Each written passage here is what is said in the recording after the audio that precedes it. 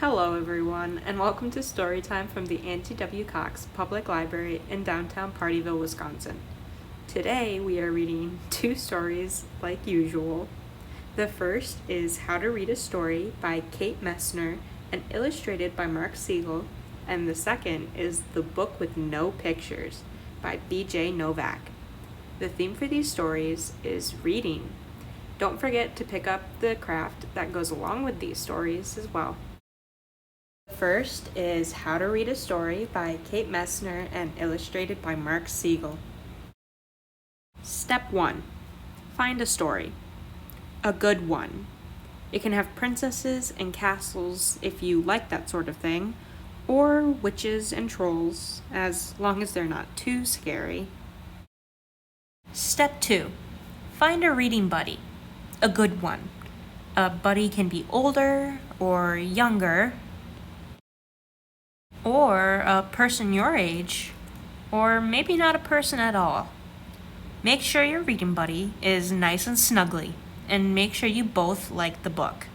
If you don't agree, go back to step 1. Sometimes it takes a few tries to find just the right book. Step 3. Find a cozy reading spot. Outside is fun, but not if it's very cold. Unless you have thick woolen blankets and hats and scarves and cups of steaming hot cocoa. And not if it's very hot. Unless you have trees to shade you from the sun, a hammock to catch cool breezes, and tall glasses of icy lemonade. Inside is good. Couches are cozy. So are our chairs big enough for 2. Just be careful not to get stuck. Step 4. Look at the book's cover. Can you guess what it's about? Read the title. That might be a clue. Step 5. Open the book. This is the exciting part. Read the story in a loud, clear voice, not too slow and not too fast. You can point to words if you like, but you don't have to do that. Once upon a time. Step 6. When the characters talk, whatever's being said, say it in a voice to match who's talking. I will save the kingdom. I am the most powerful in all the land. I'm hungry for lunch. Soon the castle will be mine. Beep. Step 7. No matter what you read, hold the book so your buddy can see the pictures. Buddies get impatient when they can't see well. Step 8. If there are words you don't know, try sounding them out or looking at pictures to see what makes sense. They were afraid the dragon would burn down the the castle. If you need a break, you can pause for a minute and talk to your reading buddy to predict what might happen next.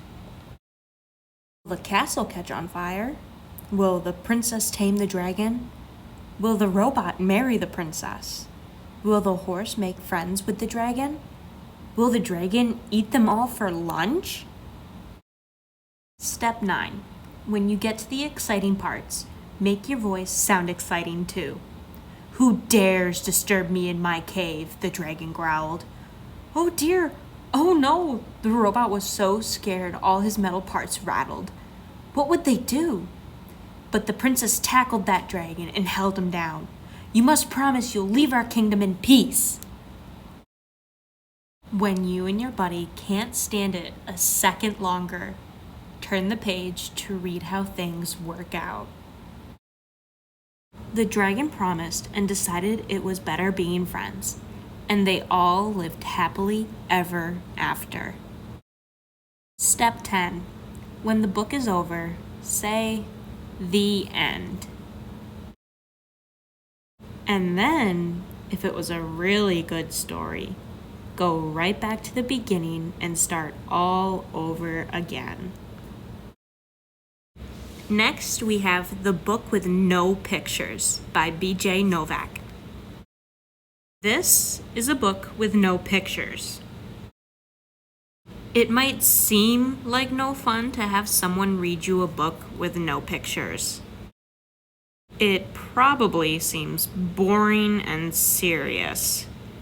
Except, here is how books work. Everything the words say, the person reading this book has to say.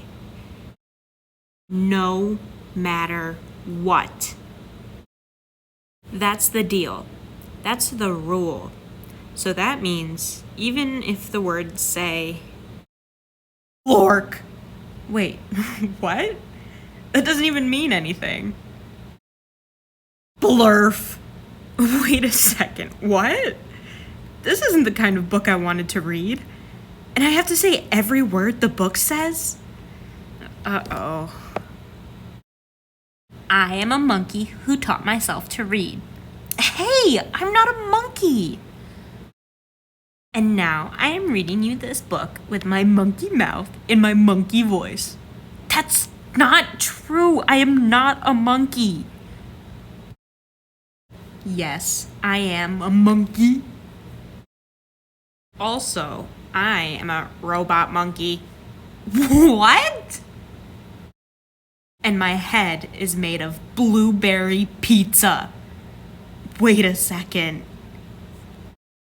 Is this whole book a trick? Can I stop reading, please? No? And now it's time for me to sing you my favorite song. A song? Do I really have to sing a song?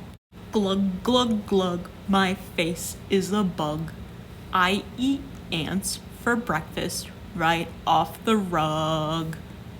What? This book is ridiculous. Can I stop reading yet? No? There are more pages? I have to read the rest? My only friend in the whole wide world is a hippo named Boo Boo Butt. Boo Boo Butt? And also, the kid I'm reading this book to is the best kid ever in the history of the entire world.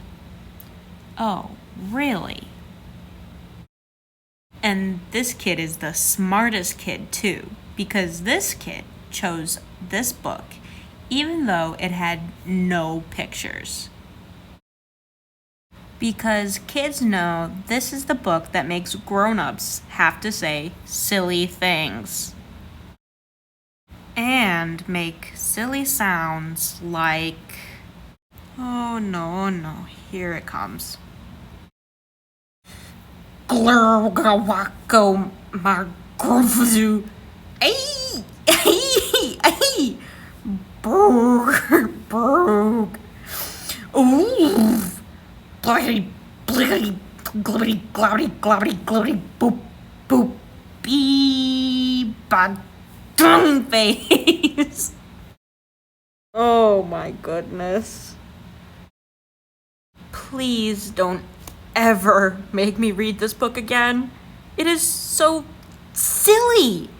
In fact, it is completely and utterly preposterous. Next time, please choose a book with pictures. Please, because this is just too ridiculous to read. The end. Bonk! I did not want to say that. Thank you for joining us for this installment of the Angie W. Cox's Story Time. Once again, don't forget to stop into the library to pick up the matching craft that goes along with these stories.